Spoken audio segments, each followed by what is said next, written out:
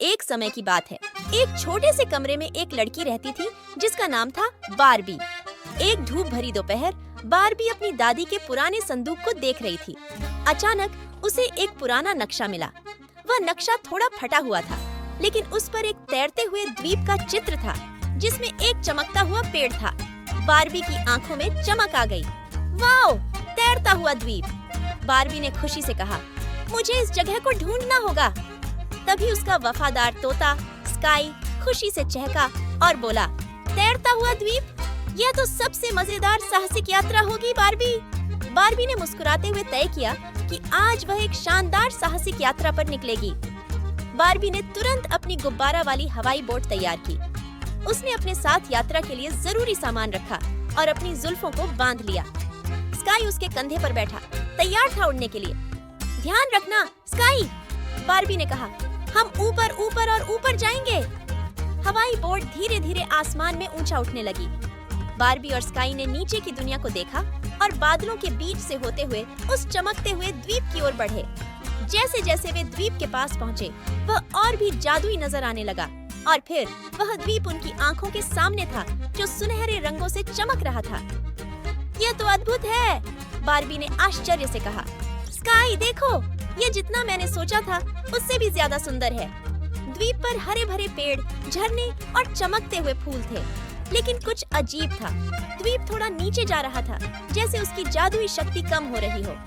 Barbie boat से उतरकर द्वीप के बीच में गई और वहाँ छोटे छोटे परियों जैसे जीव थे, जिनकी पंख चमक रहे थे। उनमें से एक परी मुस्कुराते हुए बोली, स्वागत है बारबी, तुम समय पर आई हो। बारबी ने पूछा, यह द्वीप क्यों डूब रहा है? परी उदास होकर बोली, हमारे द्वीप की जादुई शक्ति इस चमकते हुए पेड़ से आती है, लेकिन पेड़ की चमक कम हो गई है और अगर इसे ठीक नहीं किया गया तो हमारा द्वीप समुद्र में डूब जाएगा। बारबी का दिल भरा हुआ था। मैं मदद करूंगी, मुझे बताओ क्या करना होगा? परी मुस्कुराई और बोली, केवल एक अच्छा दिल रखने वाला इंसान ही इस पेड़ की जादुई शक्ति को वापस ला सकता है। तुम्हें द्वीप के चारों ओर जादुई चीजें इकट्ठी करनी होंगी ताकि पेड़ फिर से चमक सके। बारबी ने उत्साह से कहा, मैं तैयार हूँ। बारबी अपनी यात्रा पर निकली। उसने जादुई गुफाओं में चमकते हुए रत्न पाए और जादुई झरनों से अद्भुत पानी इकट्ठा किया।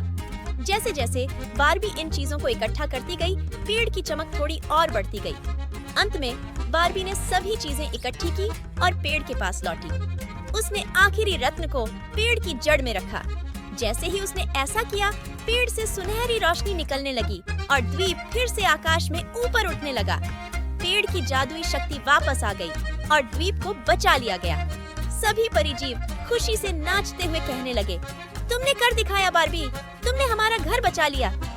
बारबी मुस्कुराई और बोली, मैंने यह अकेले नहीं किया, तुम सबकी मदद से यह जादू हुआ है। बारबी और स्काई ने तैरते हुए द्वीप को ऊपर जाते हुए देखा और बारबी जानती थी कि यह उनकी जादुई यात्राओं की शुरुआत थी। बारबी और स्काई अपनी हवाई बोट में सवार हुए। चलो स्काई, घर चलते हैं, बारबी ने मुस्कुराते हुए कहा। लेकिन मैं यह नक्शा रखूंगी, क्योंकि बहुत सारी जादुई जगहें और हैं जो हमें ढूंढनी हैं। और फिर बारबी और स्काई फिर से आकाश में उड़ने लगे, नई साहसिक यात्रा के लिए तैयार। Please subscribe and press the bell icon to get the latest videos.